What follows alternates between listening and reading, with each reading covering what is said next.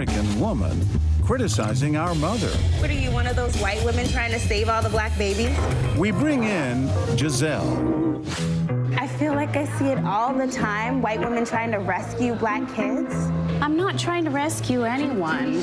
I don't see color in my family. You might not see color, but believe me, everybody else does. Not everybody else does. Some of us don't. This woman has no problem jumping into the conversation. I mean, even her hair. You really need to leave her alone. You really do.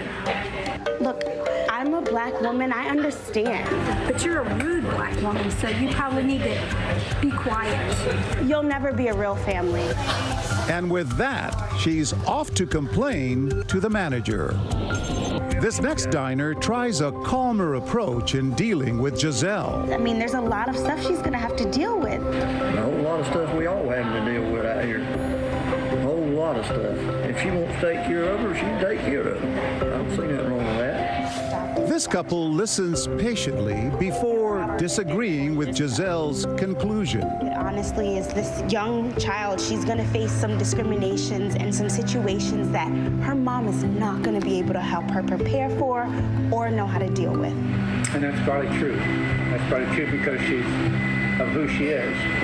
But don't we want to mend that? Aren't we heading to get away from that? And these two think Giselle is part of the problem. When that little baby starts to deal with discrimination, what is she gonna do? The only discrimination I see right now is from you. I want you to recognize that. She's taking away our black children. You know, she gave a home to a child from people who couldn't take care of her. And then we learn why this issue hits so close to home. For you, coming from a woman who can't have children, that is perfectly okay with me. Perfectly okay. All day long, we see people willing to stand up for mother and daughter, That child has a mom that loves her. It's none of your business. while putting these women in their place. You are such a rude...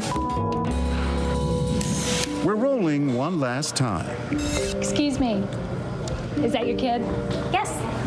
And Rachel is back at it. So, is she adopted? She is. This grandfather watches intently. I mean, you had an option. You didn't have to get a black child. I guess not, no. Trying to rescue the black babies? With that, he joins in the conversation by sharing his own story. Excuse me, ma'am. I have a black daughter also that's adopted. You know, some of your questions seem very offensive. Did you choose to adopt a black Absolutely. baby?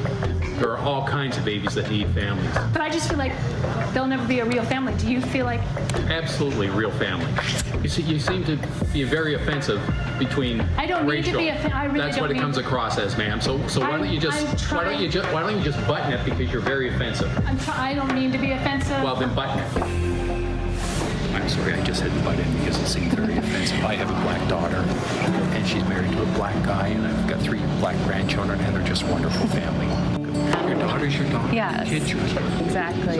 As he walks away, we're there to greet him. John Quinones.